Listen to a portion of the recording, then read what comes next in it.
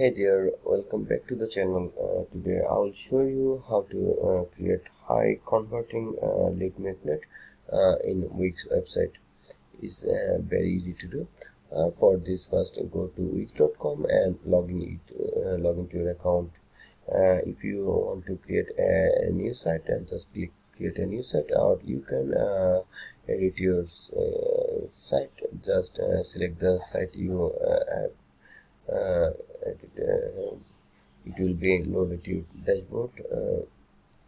From the dashboard you can see here an option design site. Just select it. uh, so you can do anything to edit your website. You can build with Wix very easily. You can edit it, you can design it with very easy tools from here. So for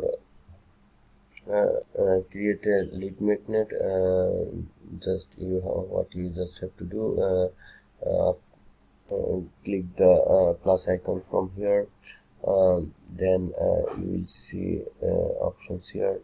Just go to you can add image, button, stripe box, gallery, etc.